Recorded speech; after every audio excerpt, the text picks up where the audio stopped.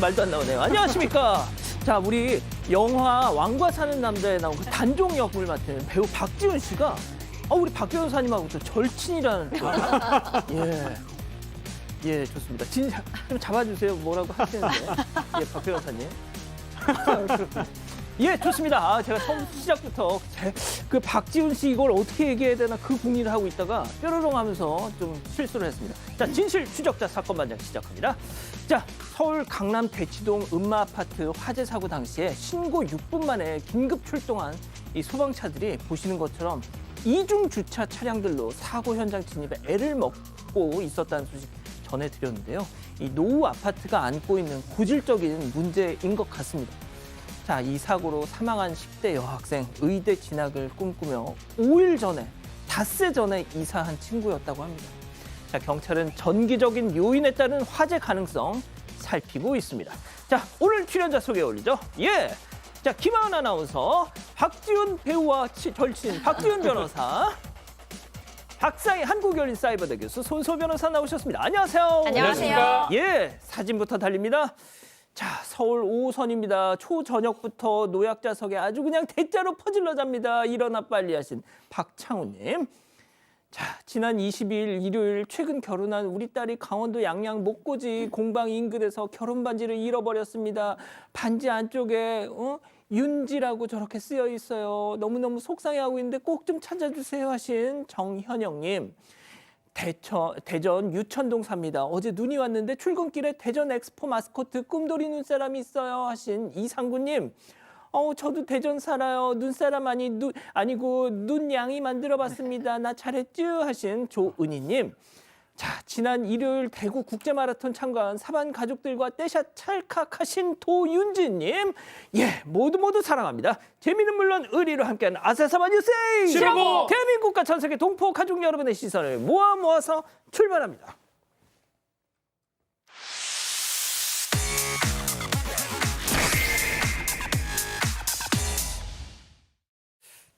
첫 번째 가볼까요?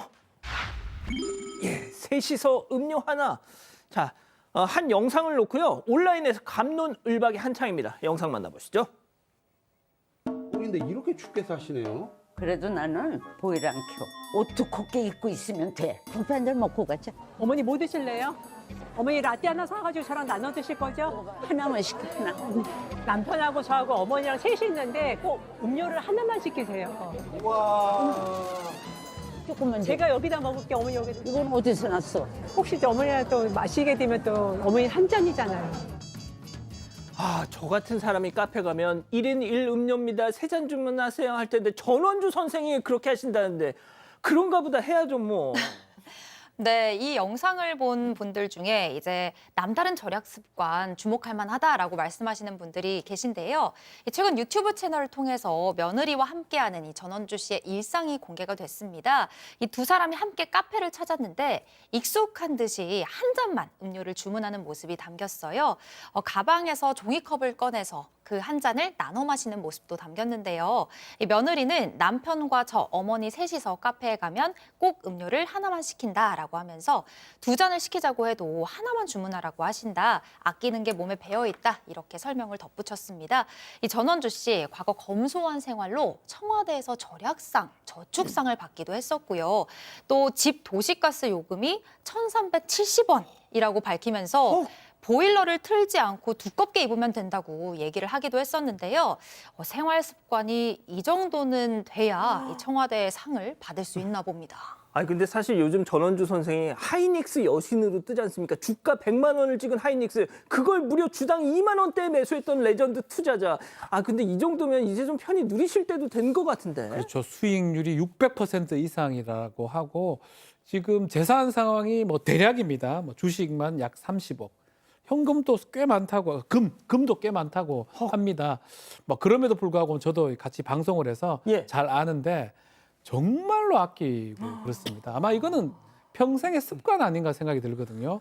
다만 이제 요즘은 1인 1메뉴 시켜야 된다 카페에서 그런 얘기 있기 때문에 약간 비판하는 쪽도 있지만 저는 나쁜 측면은 뭐 그건 나쁘다고 보기보다는 습관적인 측면이라고 또 젊은 사람들이 그런 절약하는 습관들 좀 보고 배웠으면 좋겠다 이 생각도 박 변호사님 듭니다. 만약에 전원주 선생 카페 오시면 카페 점주가 나와서 사인해 주세요. 그렇죠. 그 그렇게 액자해가지고 걸어놓지. 그리고 절약의 상징 아니겠습니까? 그렇지만 저한테 오시면 제가 한 잔 더 사드리겠습니다. 아우 좋습니다. 예, 좋습니다. 다음 이어가죠. 전화 주세요.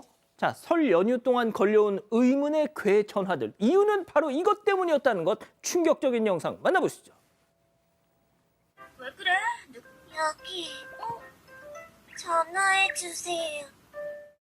쉬고 있었는데 모르는 번호로 전화가 와서 받았거든요. 그냥 전화를 끊더라고요. 근데 그런 전화가 하루에 막 10통 이상씩 오고 한 6살에서 많으면 10살 정도 아이들 목소리인 걸로 추정이 돼서 한 애니메이션에서 전화해주세요 하면서 제 번호가 나왔다고.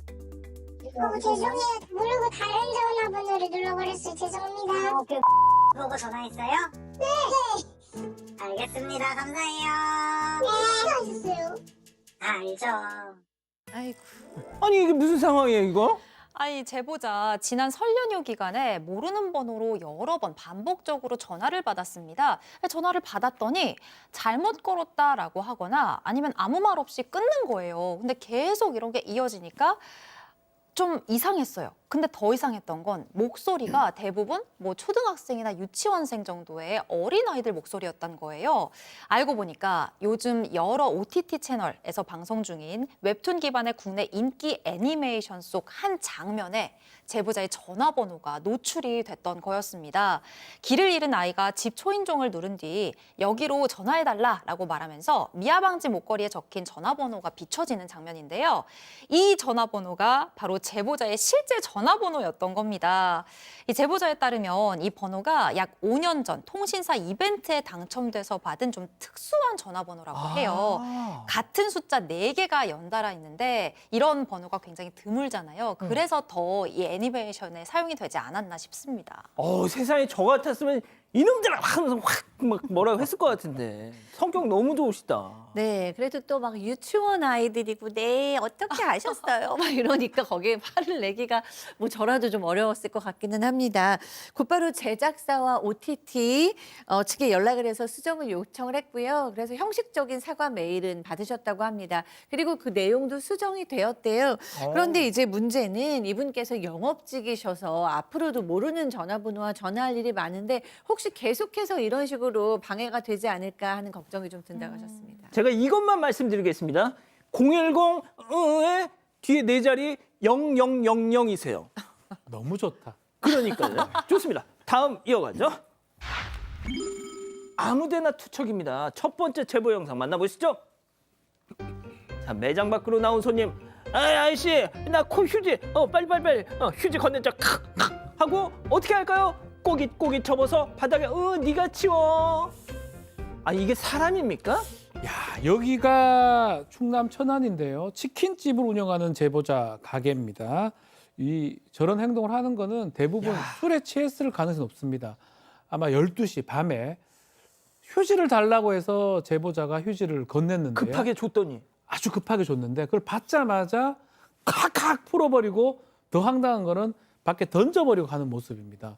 너무나 황당해서 뭐 어떻게 말할 수도 없는 정도로. 그렇지만 저는 술에 취한 거 취한 거지만 기본이 좀 덜 된 거 아니냐. 풀 수도 있지만 주머니에 넣고 하여튼 더럽습니다. 두 번째 영상, 제보 영상 보시죠. 한 번쯤 다가오는 검은 발걸음. 인도의 쓰레기 봉투를 집어들어서 도로 위로 확!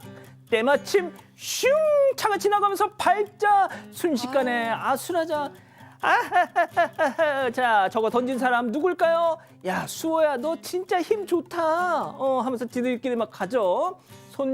손수호 변호사님. 네. 이게 사람입니까? 두 남성 지난주 토요일에 벌인 일인데요.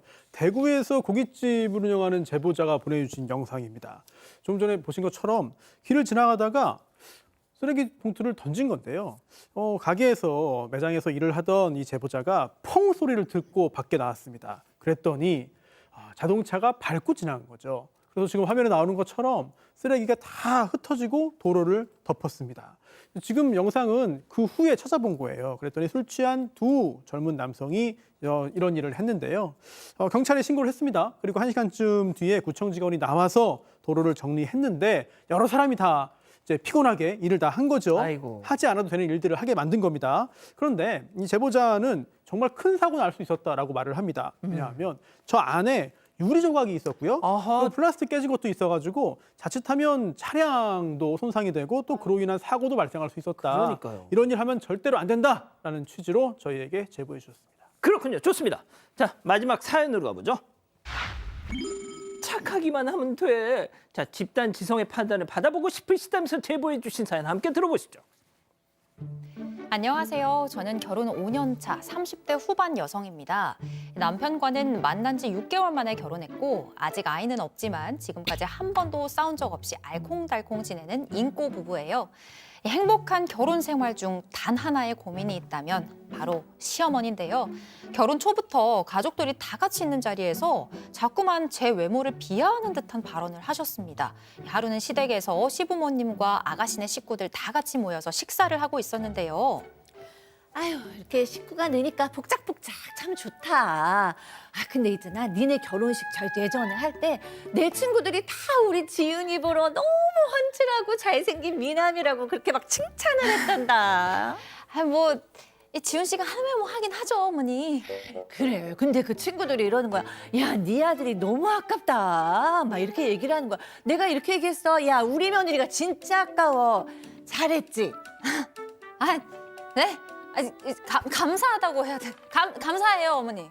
그래, 원래 지윤이가 총각 때는 이쁘고 날씬한 애를 좋아했어. 그런데 내가 뭐 얼굴 뜯어먹고 살 거냐, 착한 게 최고다 이렇게 얘기를 했더니 엄마 말이 이렇게 잘 들었네. 표정 관리가 안 되는 저를 보고 아가씨가 급하게 그런 말 말라면서 화제를 바꿨고요. 당시 자리에 없던 남편은 집에 오는 길 내내 저를 위로해줬는데요. 그런데 시어머니는 그 이후로 지금까지도 종종 여자 예쁜 건 필요 없다, 착해야 한다는 말을 꺼내십니다. 아니, 저도 저희 친정에서 제가 아깝다는 소리 듣고 결혼했어요. 그런데 자꾸만 이런 말을 하시는 이유가 뭔지 정말 궁금합니다. 제가 마음에 안 드시는 걸까요? 자, 기다리고 기다리셨던 부처 핸즈업타임 6천여 분의 우리 가족 여러분들 채팅창에 OX로 함께 참여해 보시죠. 먼저 사연자 며느리입니다. 어머, 우리 어머님, 처음 뵀을 때부터 얼굴이 뭐 전형적인 여우상이다 했더니 성격도 완전 구미호시다. 며느리 돌려가시면 기분 좋으세요? 그래도 얘는 착해가 진심 칭찬이라고 생각하시는 거냐고요? 동그라미. 좋습니다. 다음 시어머니예요. 어머머머, 얘 말하는 것 좀 봐. 세아가 너 뭐 자격지심 같은 거 있냐? 난 팩트만 말한 거다. 주변에서 지훈이 아깝다고 했고 내가 얼굴 이쁜 거보단 착한 게 최고야 했고 아니 내 말이 뭐가 문제야, X. 소 변호사님. 네. 김한 아나운서가 굉장히 크게 웃었는데요. 네. 예상하지 못한 것 같습니다. 물론 시어머니가 한 말이 약간 좀 기분 나쁠 수 있죠. 그런데 어른이 한 말이니까 좀 참고 넘어갈 필요도 있다는 생각이 들고, 그리고 또 정말 내 남편이 정말 엄청 대단하면 그 시댁에서도 그만큼 또 아들 정말 귀하게 생각하고 하는 거니까 내가 정말 좋은 사람하고 결혼했으니까 시댁이 저런 표현을 하겠지라고 생각하면 조금 더 마음이 편해질 것 같고요. 시간 좀 지나면 시어머니와 시댁 식구도 아마도 더 잘해줄 겁니다. 자, 박 변호사님. 이게 의도된 발언이 아닐 가능성이 높아요. 시어머니 표현 자체가 이럴 가능성이 높아요. 본인이 알 거 아니에요. 어디 가도 이쁜 사람 이쁜 거 알거든요. 뭐 제가 봤을 때 자신감이 있습니다. 그래서 시어머니 그 말씀에 이렇게 저렇게 흔들릴 필요 절대 없고요. 시어머니가 계속 그렇게 한다면 남편한테 얘기를 해서 못하게 하면 되지. 지금 시어머니는 정말로 성격이 좋다고 생각하기 때문에 말할 가능성이 저는 높다고 봅니다. 그냥 진짜 순수하신 진짜 거. 순수하게. 이렇게 하면 안 되는데 그런 것 같아요. 거짓말 할 줄 모르는 분. 자, 교수님. 네. 근데 물론 뭐 그럴 수도 있죠. 정말 뭐 거짓말할 줄 없고 악의 없이 그렇게 얘기하셨을 수 있는데, 그렇다 그래도 최소한 센스는 너무 없으신 거예요. 눈치는 없으신 거고, 만약에 내심 뭔가 내 아들이 훨씬 더 잘생겼다라는 얘기를 하고 싶은 거면 그것도 사실 며느리를 너무 배려해주지 않으시는 거라는 생각이 들어요. 그리고 아무리 뭐 나이가 들고 며느리가 되고 그래도 여자를 외모로 그렇게 기분 나쁘게 하는 거, 만약에 어머니한테도 어머니께서 아버님이 어머니보다 한 10살은 젊어 보이세요, 막 이렇게 얘기하면 기분 좋으시겠어요? 그래서 너무 좀 기분 나쁜 얘기입니다, 제가 보기엔. 김하은 아나운서한테 이렇게 여쭙겠습니다. 자, 우리 시어머니가 나한테 저렇게 얘기한 적 있다 없다? 없다. 저희 아. 시어머니께서 저희한테 미녀와 야수라고 말씀. 야수가 신랑? 네. 그렇군요. 자, 우리 가족 여러분들은요? 저희 가족분들은 대부분 이게 닉네임이라서 성별을 잘은 모르겠지만 여성분들께서는 좀 그러지 말라고 말씀을 많이 해주시고 계세요. 시어머니한테? 네, 이초코님이랑 최선님께서는 똑같이 어머니도 정말 착해 보여요라고 말씀하시라는. 좋습니다. 이럴 때는 그냥 반사가 최고예요. 제보 메일, 제보 카톡 마구마구 보내주시고요. 잠시 후 돌아옵니다. 채널 고정 리모컨 톤터치. 차가워 우리 뒤여 기조와는 너무 커 필터 갈긴 너무 불편해 정말 깨끗해 못 믿겠어 다 바꿔줘 그래서 아이콘3 스스로 움직이고 더 깨끗해지고 더 편해지고 더 작아졌다. 새롭게 완전 새로워진 올뉴 코웨이 아이콘3 출시. 관절이 불편하시다고요? 손상된 관절엔 의약품 원료에 짜먹는 약으로 겔 타입으로 빠른 흡수. 동아제약 맥스콘드로이틴 1200 콘드로이틴 이제 약국으로. 간장치킨으로 이룩한 왕국 오래 기다렸다. 쇼킹한 탄생을 마법 같은 맛의 하모니 투게더 더 퍼펙트 초이스 호시기 2마리 치킨.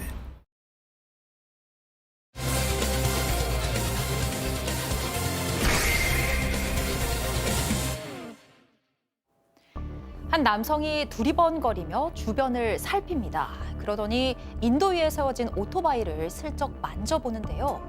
눈치를 보는 듯 하더니 갑자기 오토바이를 끌고 이동합니다. 이 남성 오토바이에 타진 않고 그대로 끌고 가다가 결국 골목 안으로 사라지는데요. 대체 이 남성의 정체는 뭘까요? 자, 교수님 시작해 주시죠. 네, 지난 14일 새벽에 벌어진 일입니다. 제보자께서는 서울 양천구에서 식당을 운영 중이신데요. 평소 식당 앞에 핸들 잠금 장치를 채워준 오토바이를 늘 세워놓는다고 하십니다. 한 10년 정도 전에 중고로 2천만 원이나 주고 산 오토바이래요. 굉장히 비싼 오토바이죠. 추억도 많이 담긴 아주 소중한 오토바이라고 합니다. 그런데 지난 14일 오후에 식당에 출근했다가 뭔가 이상하다라는 생각이 들어서 보니까 늘 같은 자리에 있던 오토바이가 사라지고 만 것이었습니다. 제보자는 당연히 CCTV 영상을 확인했고요. 어떤 수상한 남성이 승합차에서 내려서 저렇게 오토바이를 끌고 가는 모습을 목격하게 되었습니다. 자, 그러면 제보자 목소리 직접 한번 들어보시죠. 이제 새벽에 저 남자가 와서 끌고 가더라고요. 타고 갈 수는 없어서 오토바이 키가 없으니까 이게 훔쳐가는 건지 그냥 끌고 가보는 건지 판단이 안 됐는데, 그래서 뭐 근처에 세워놨나 하고 다 찾아봤는데도 오토바이가 없으니까 치러 갔겠구나 싶었는데, 이제 저희 가게 CCTV랑 건물 CCTV랑 다 확인해보니까 스타렉스에서 내린 걸 찾으면서 아, 스타렉스에 실어 갔구나, 절도를 당했구나를 인지했죠. 자, 이분이 경찰에 신고를 했는데 신고만 한 게 아니었죠? 그렇습니다. 자동차, 오토바이 관련된 큰 온라인 커뮤니티가 있죠. 여기에도 글을 올렸습니다. 도와달라는 거죠. 왜냐하면 이렇게 훔친 다음에 부품을 따로 떼가지고 팔 수 있기 때문에 미리 매장에도 연락을 또 해놨습니다. 그런데 실제로 이 부천의 한 매장에서 연락이 왔어요. 최근에 그 외국인 3명이 중고 오토바이를 사러 왔다. 그래서 2대는 싣고 가고 1대는 막혀놓고 왔다는 거예요. 그런데 영상을 보니까 바로 그 승합차였습니다. 사진을 통해서 이 남자가 맞다는 것까지 확인을 해줬습니다. 경찰에 연락처를 알려줬더니 이게 인천항 수출입단지 일대에서 활동하는 그런 사람들이다라는 사실까지 확인됐습니다. 네, 바로 다음날 직접 그 수출입단지 일대로 가서 그 오토바이 그리고 남성이 타고 왔던 승용차를 승합차를 찾아봤는데요. 근데 아직 찾지 못했는데 날이 어두워져서 결국 찾지 못하고 돌아왔다고 해요. 그리고 나서 이후에 경찰에게 좀 더 구체적인 위치를 전달을 받고 다시 찾아갔습니다. 그곳에서 문제의 승합차를 발견을 했는데요. 승합차 옆에는 컨테이너 형태의 사무실도 있었고요. 그 안에 CCTV 속 인상착의와 비슷한 차림의 외국인들도 있었다고 합니다. 이 외국인들이 한 10명가량 같이 있다 보니까 위험할 것 같아서 거기에 직접 들어가진 않았고 곧바로 경찰에 신고를 한 뒤 현장에서 기다렸다고 합니다. 자, 더 극적인 장면은 경찰이 현장에 도착한 이후였습니다. 체크포인트 짚어보죠. 띠링띠링. 자, 제보자 얘기 들어보시죠. 거리가 조금 있어서 정확하진 않은데 외국인 인원들도 많고 더 접근하지 않고 좀 멀리 나와서 일단 경찰에 접수를 했어요. 경찰이 취조를 하는데 말도 안 통하고 뭐 계속 모르는 척하고 못 알아듣는 척 하다가 제가 말씀을 드렸어요. 가해자 번호 있다고 절도범 번호. 절도범 전화번호로 전화를 하니까 그 사람 주머니에서 핸드폰이 울렸어요. 외국인들이 좀 다 비슷비슷하게 생겨갖고 맞는 것 같은데 확신이 없어서 경찰분들도 강하게 신원 확인을 못했는데 저 사람이 진짜 맞구나. 한 2-3시간 지나니까 이제 그때 돼서야 오토바이 위치 안다고 얘기하더라고요. 세상에, 이거 완전 영화잖아요. 그렇죠. 심증만 있어가지고 혹시 네. 몰라서 전화를 딱 했더니 바로 맞은편에서 띠리리리는 울려. 그렇죠. 이 영화에 그런 장면 사실 있었죠. 있죠. 메팔 1830 가서 이렇게 똑같은데 지금 보면 이 사람이 계속 한국말 모르는 척하면서 I don't know 막 시치미를 막 뗐던 것 같습니다. 그래서 받았던 그 전화번호로 한번 경찰에 넘기면서 전화를 싹 걸어봤는데 벨이 이제 울렸던 거예요. 결국은 발뺌을 할 수 없죠, 저 외국인. 아, 그 영화 추격자에서 488로. 488로 맞습니다. 맞습니다. 18 말고. 죄송해요. 혹시나. 자, 그제야 범행을 시인을 합니다. 오토바이 위치도 알고 있다고 말을 했고 사실은 절도범이 이제 일행이 사실 있는데 붙잡힌 것이라고 봐야 될 것 같고요. 저거다. 예, 저기입니다. 결국 경찰이 남성을 차에 태워서 오토바이에 있는 곳으로 이동을 했는데 현장에서 한 10분, 5분 정도 떨어진 골목에 숨겨져 있는 것으로 확인이 됩니다. 제보자에 따르면 이 컨테이너 주변에 오토바이가 무려 10대가량 세워져 있었다고 합니다. 자, 오토바이를 찾으셨어요. 다행히도. 하지만 찝찝해 계속. 자, 그래서 가게 앞 CCTV를 다시 확인해 보셨답니다. 자, 그 과정에서 놀라운 장면을 또 발견. 네, 아무리 생각해봐도 이제 이 도난 당시에 오토바이의 위치가 조금 찝찝하신 거예요. 내가 거기다 세워뒀었나라는 생각이 들어서 이제 좀 늦기는 했지만 CCTV를 그 전후로 막 돌려보셨어요. 그러면서 충격적인 장면을 보게 됩니다. 왜냐하면 도난 이틀 전에도 똑같은 승합차가 식당 앞에 세워져 있었고 그 절도범이 내려가지고 오토바이 핸들을 꺾어보는 모습이 딱 찍힌 거예요. 지금 사람이 내리네요. 네. 그리고 이제 오토바이 핸들이 꺾어지나 이렇게 확인을 해본 건데 이 제보자는 평소에 오토바이의 핸들이 꺾이지 않도록 잠금 장치를 꼭 설정을 해뒀다는 거예요. 예. 근데 이 사람이 이렇게 핸들을 이렇게 흔들리나 아니나 이렇게 확인해 보는 모습으로 볼 때 이미 이날보다도 그 전에 와서 핸들을 망가뜨리고 이제 이것을 훔쳐가려고 하는데 마지막으로 핸들이 돌아가나를 확인하러 온 것이 아닌가라는 게 의심된다고 합니다. 또 실제로 되찾은 그 오토바이는 킥박스와 핸들 부위가 부서진 상태였다고 합니다. 하하. 자, 저 오토바이가 진짜 일제 오토바이인데 그 중고만 2천만 원. 새 제품은 진짜 비싼 오토바이거든요. 자, 지금 경찰 수사 어떻게 되고 있습니까? 네, 도난당한 또 다른 오토바이 한 대를 더 찾았습니다. 그리고 관련 범죄 있는지 계속 수사를 진행하고 있는데요. 경찰에 따르면요, 지금 이 제보자의 오토바이 절도에 가담한 사람들이 여러 명인데 그 중에서 한 명을 잡은 거예요. 리비아 국적이고요. 리비아. 네, 리비아 국적이고 인천항에서 중고 오토바이 수출입업을 하고 있습니다. 근데 불법 체류자는 아니고요. 예. 관련 범죄가 있는지 계속해서 수사를 진행하고 있는데 제보자는 이렇게 전해왔습니다. 이 오토바이가 뭐 가격도 가격이지만 군대 전역한 후에 처음으로 산 오토바이라는 거예요. 그래서 추억이 정말 많다. 그런데 못 찾을 뻔했는데 찾게 돼서 도와주신 모든 분들에게 감사드린다라는 이야기를 했고요. 또 비슷한 피해를 입은 사람들이 많을 거라고 봤어요. 그래서 이 방송을 통해서 많은 사람들이 이제 더 신고를 하고 또 찾을 수 있게 됐으면 좋겠다라는 취지로 제보했습니다. 야, 이젠 뭐 리비아 국적 남성까지 저런 짓을 또 하네요. 첫 번째 사건 일단 정리하고요. 두 번째 이어갑니다.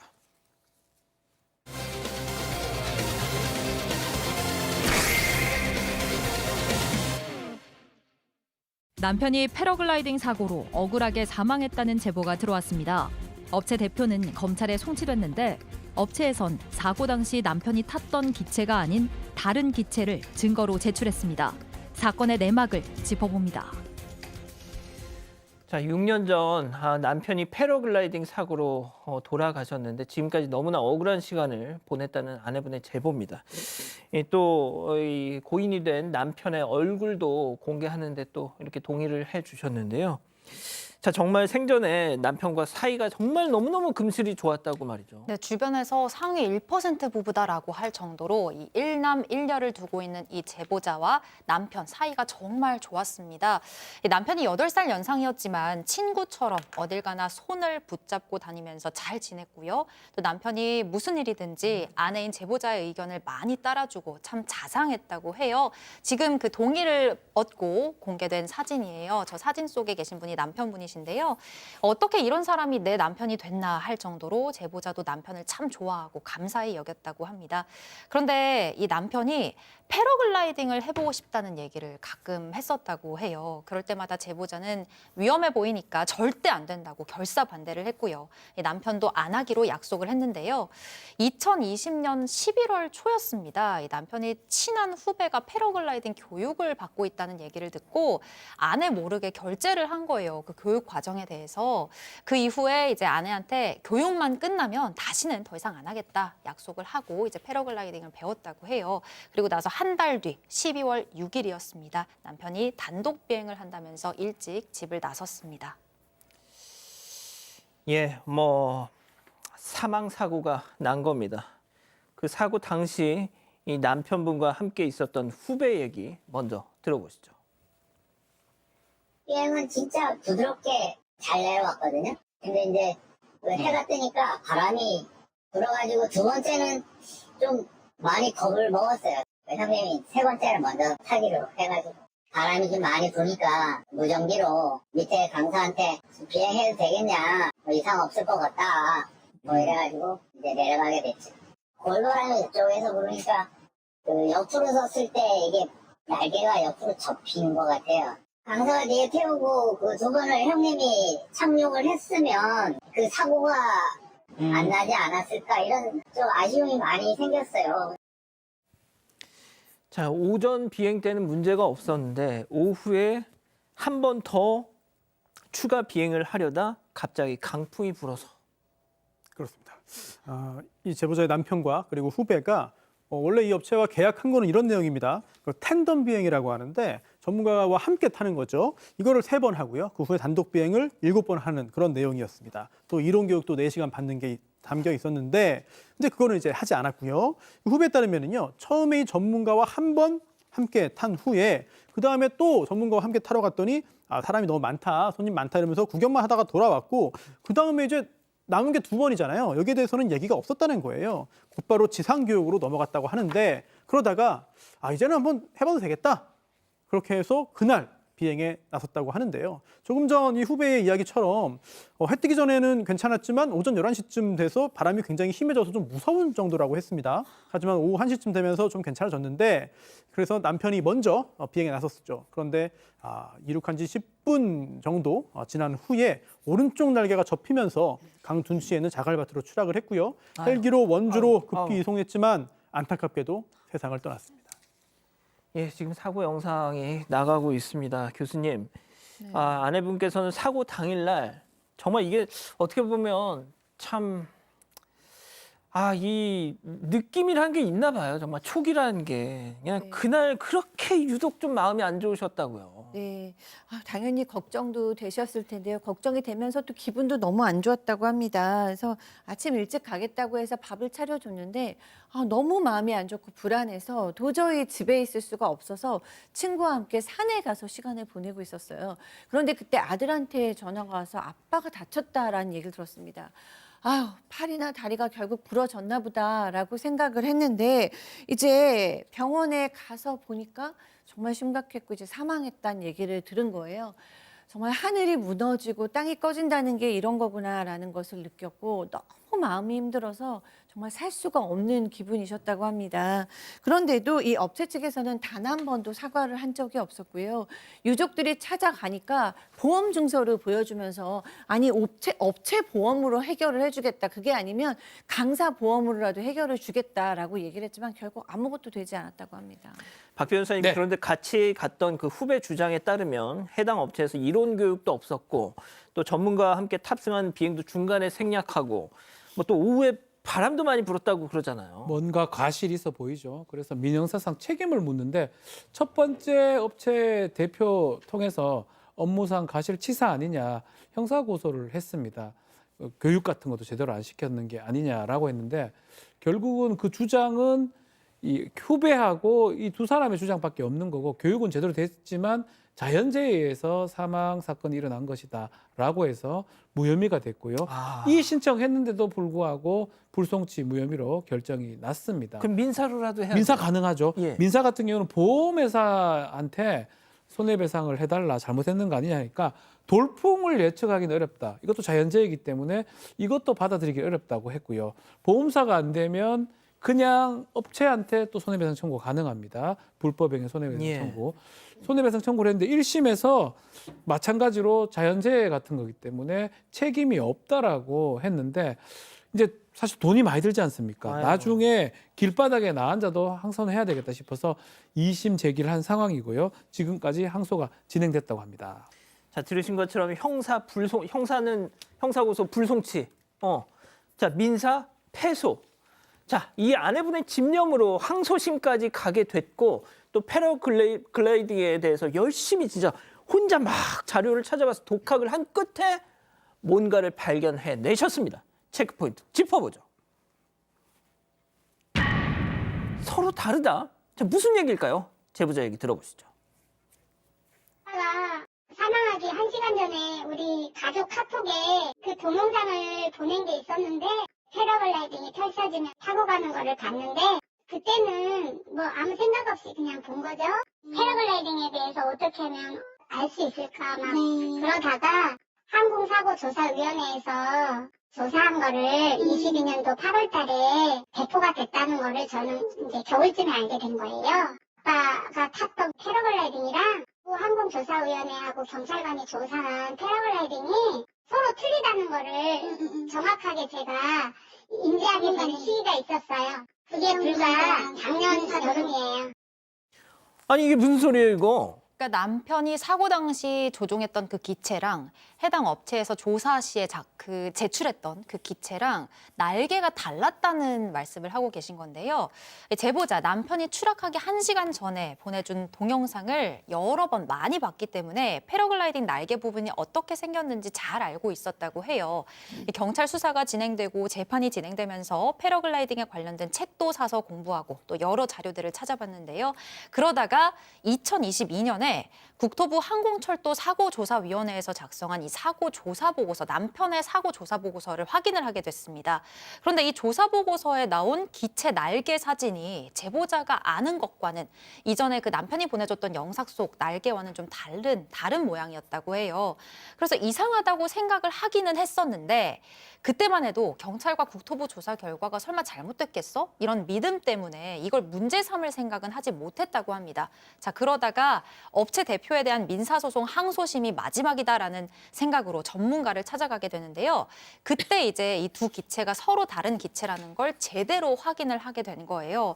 그러면서 이제 국민신문고에도 진정을 넣게 됐고 지난해에 비로소 재수사가 이뤄지게 됐습니다. 아니 소 변호사님 이거 조작이잖아요, 조작. 그렇죠. 제작진도 하도 이상하니까 이거 조사위원회에다가 문의했습니다. 그랬더니 담당 조사관이 이렇게 말했어요. 이거 증거물이 바뀐 거를 몰랐습니다. 당시에 그 현장에서 확보한 그런 자료하고 제출된 기체를 기준으로 조사했는데 그 기체의 식별에 충분한 자료가 좀 확보하기 좀 어려웠네요라는 이야기를 했고요. 그리고 이제 유족이 최근에 이런 자료를 제공하자 동일한 기체가 아니었다는 것을 확실히 알게 되었고 이제 재조사를 진행 중이다. 이런 입장이고요. 사실 이게 이 사고조사위원회 생긴 다음에 첫 번째 사례랍니다. 그러니까 아이고야. 지극히 이례적인 경우인 거죠. 또 제보자 측 변호사도 이런 말을 했습니다. 이 업체 대표가 이게 모양이 비슷한 기체를 증거로 낸 건데 여기에 다 속았다. 자세히 보면 다르지만 당시에 이거를 아무도 알아내지 못한 것이다. 이렇게 말했고요.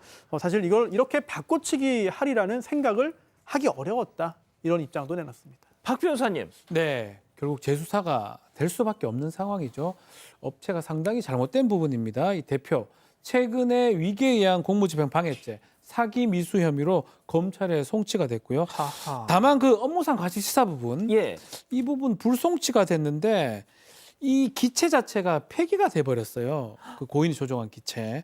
그래서 이 기체가 문제가 있는지 없는지 이 부분을 확인하기는 좀 어려운 상황이어서 증거 자체가 사라졌고 아예 없습니다. 그래서 업무상 과실치사 혐의에 대해서는 더 이상 조사가 좀 어려운 그런 상황이고 다만 이 불송치된 부분을 이의 신청할지는 다시 고민을 해보겠다라고 한 상황이고요.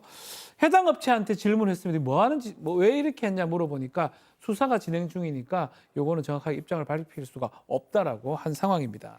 자, 6년 전 사고 당시에 그 업체가 정직하게 자료를 제출하고 했더라면 지금 이게 6년을 끌었을 일이 아니잖아요. 예? 자, 두 번째 사건 정리하고요. 별별 상담소 이어갑니다.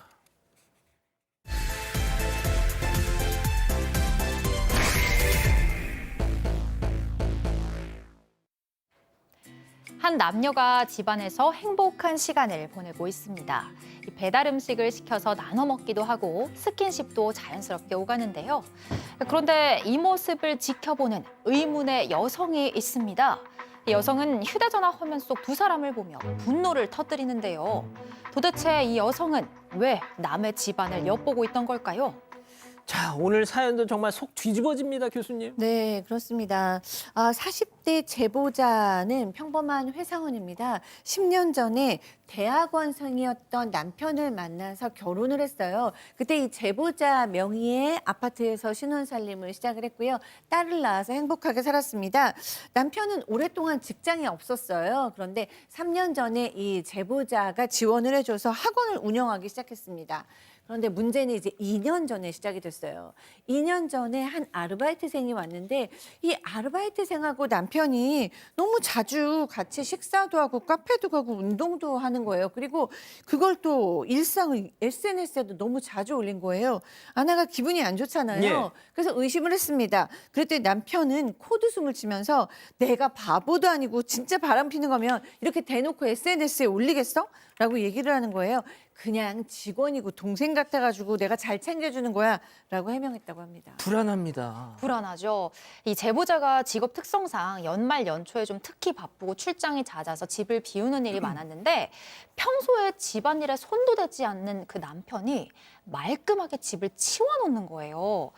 특히 냉장고를 열어보면 더 수상했는데요. 이 먹다 남은 콜라에는 업소용이라고 적혀 있고 이 냉장고 한 구석에 피자와 뭐 치킨 소스 같은 배달 음식을 먹은 흔적은 남아 있는데 쓰레기통은 또 깨끗하게 비워져 있었습니다. 결국 제보자 이 남편 모르게 아이가 크면서 사용하지 않게 된 홈캠을 다시 설치했는데요.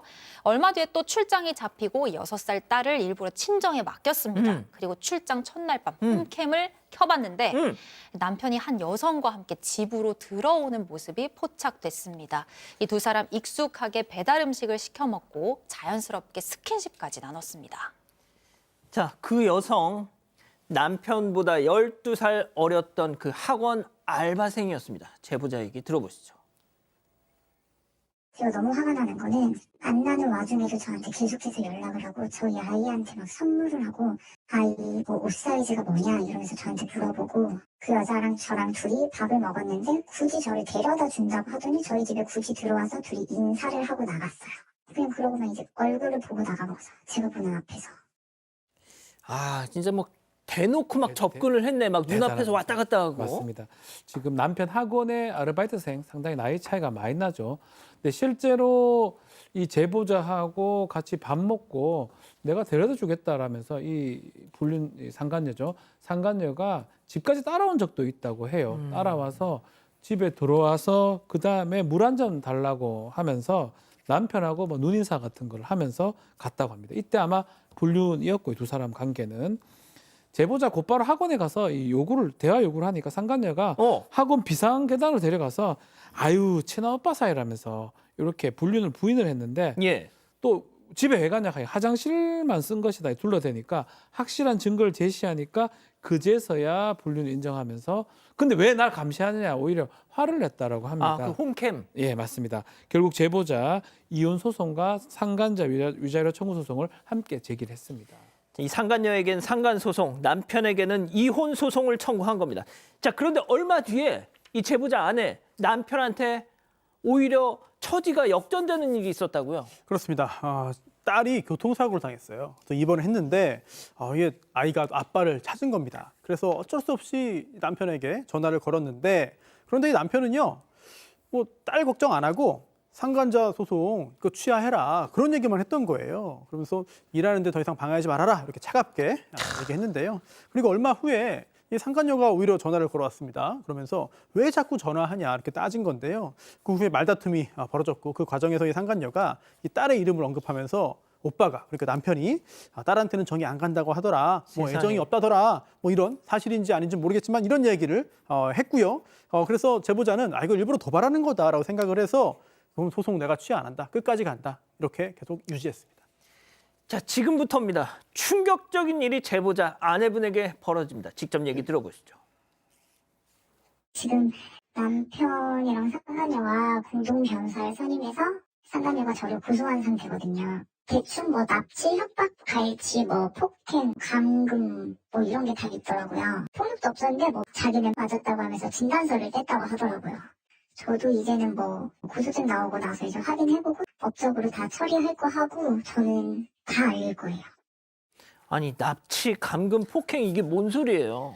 왜 그동안 남편이 상간자 소송 취하하라고 계속 요구를 했었잖아요. 그런데 이게 통하지 않으니까 이번엔 상간녀가 직접 나서서 납치, 감금을 당했다, 폭행과 협박, 심지어 특스토킹까지 당했다고 하면서 허위 고소를 한 겁니다. 언제? 왜 과거에 제보자가 이 학원에 찾아와서 비상계단에서 상간녀랑 대화를 맞아요. 했던 그날 있잖아요. 그때 그 상황이 납치, 감금이고 폭행까지 당했다고 주장을 하는 거예요. 저 외진대로 데려갔다고? 맞습니다. 거기다가 남편은 자신의 이혼 소송은 물론이고 상간녀의 위자료 소송, 이번 형사고소까지 모두 공동 변호사를 선임했다고 합니다.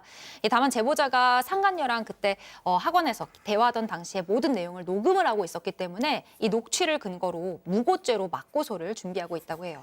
박 변호사님, 참 열심히들 삽니다. 너무하죠. 해도 너무한 상황이고 최근에 이혼 소송이 진행 중인데 남편이 전화를 했다고 합니다. 술에 취해서 전화를 하면서 막 얘기를 하니까 이 남편이 대뜸 정말 끝까지 가려고 하느냐라고 얘기를 했어요. 하니까 제보자가 허위 고소하고 이런 것들, 무고 이런 것들 반드시 책임을 묻겠다라고 또 얘기를 했고요. 하니까 남편이 좀 충격적인 얘기를 폭언이 좀 있었습니다. 어떤 얘기? 애초에 너랑 나는 결혼하기 싫었는데 어쩔 수 없이 한 것이다. 아이고. 그때 우리 부모님이 정년퇴임을 앞두고 있어서 돈을 좀 뭐 그런 받기 위해서 그래서 결혼을 한 것이다라고 얘기를 했고요.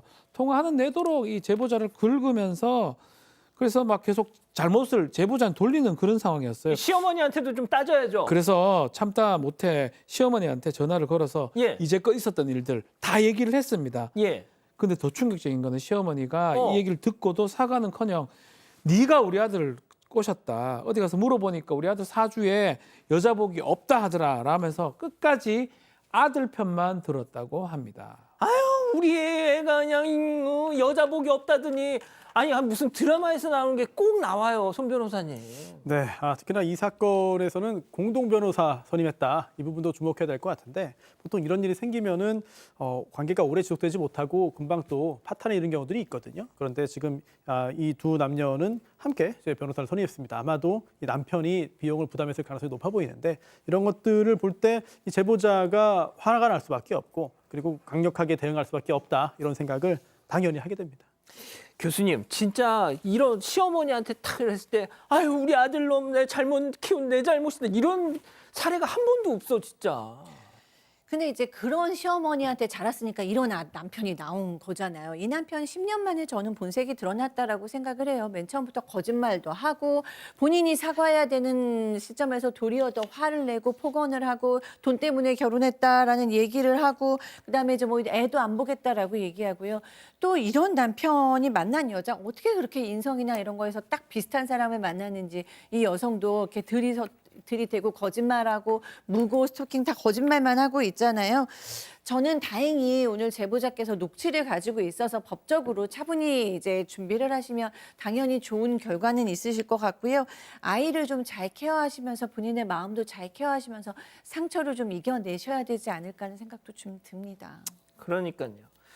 예, 별별 상담소 이렇게 정리하고요. 글로벌 픽 이어갑니다.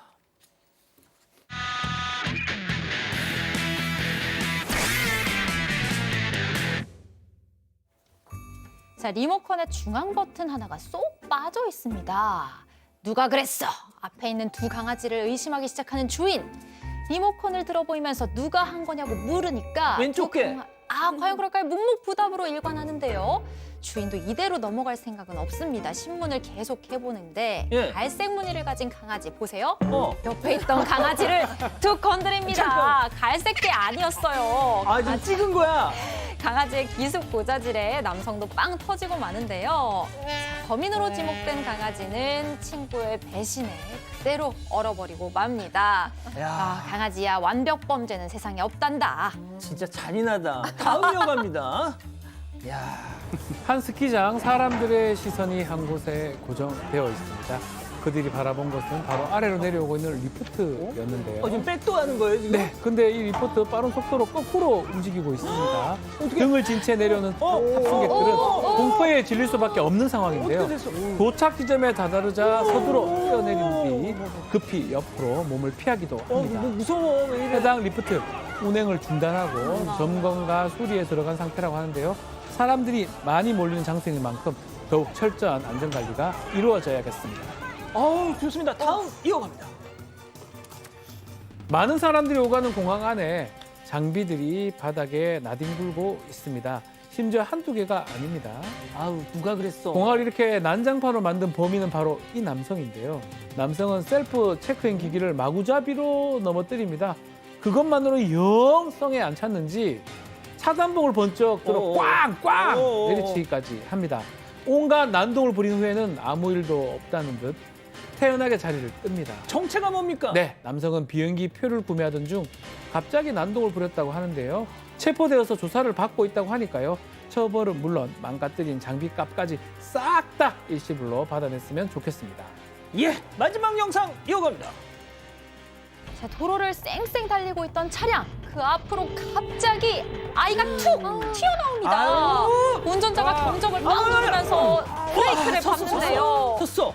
진짜 이런 거 신념 감수라고 하는 겁니다. 종이 한 장 차이로 살았어요. 하지만 이런 상황에도 아이는 천진난만한 표정으로 건너편을 바라볼 뿐이고요. 부모 어딨어? 건너편에선 아이의 부모가 태평하게 걸어오고 있었습니다. 미안하다는 말도 한마디 하지 않고 그냥 지나쳐 가는데요. 잠깐만, 그냥 간 거야 지금? 심지어 여성은 안전펜스 아래로 저렇게 무리하게 넘어가기까지 했습니다. 아이, 제발 정신 좀 차리세요, 진짜. 그러다 큰일 납니다. 뭐 아무나 좀 말씀 그 좀 해주세요. 부모의 그 아이입니다. 부모 잘못입니다. 아이한테 책임을 그렇죠. 니도 좀 잘해라. 야. 교수님 정리 좀. 예. 네. 저런 부모한테는 아이를 일단은 일시적으로라도 분리를 시켜서 부모 교육을 해야죠. 손 변호사님 너무 진짜 이 부모가 버르장머리가 없다 진짜. 네, 근데 또 아이를 또 움직이는 신호등이라고 하잖아요. 네, 아이들이 보이면 일단 주의 운전할 필요도 있습니다. 아니 와서 운전자한테 죄송하다고는 해야지. 아우 진짜. 예, 사랑하는 사건 반장 가족 여러분, 저희는 내일도 사반 750 저녁 7시 50분에 다시 옵니다. 안녕히 계십시오.